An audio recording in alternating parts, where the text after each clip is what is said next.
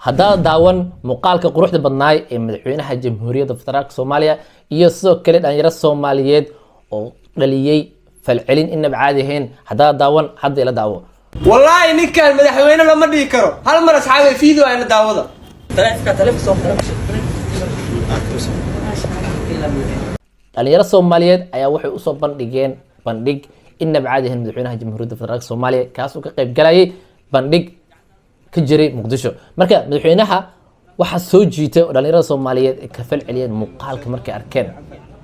waa arintan madaxweynaha ayaa u maanay dhalinyaradan waxay u sharaxayaan waxyaabaha ay maskaxdooda ka dhaliyeen sidoo kalena ay sameeyeen ay soo bandhigeen application dhan inay sameeyeen sidoo kalena guri dhan ay ku hagayaan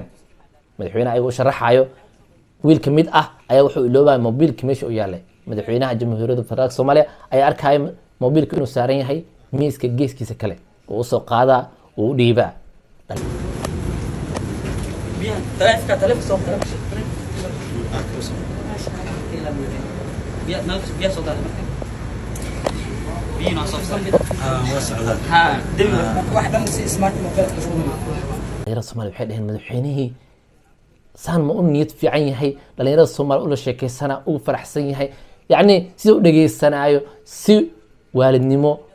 madaxtinimo taystay madaxweynaha intaas yarta uu sameeyay dhalinyarada Soomaaliyeed ka falceliyeen dhalinyarada marka dhiirigelin weyn ay u tahay farxadna way ka muuqatay waxaan u rajeynayaa codsiga ay gudbisteen sida la sheegayo inay rabaan jaamacad meel kale inay ka dhigtaan in madaxweynaha uu ka caawiyo inkastoo ognahay dhalinyaro badan oo Soomaaliyeed inay rabaan fursadahaas marka dhalinyaradan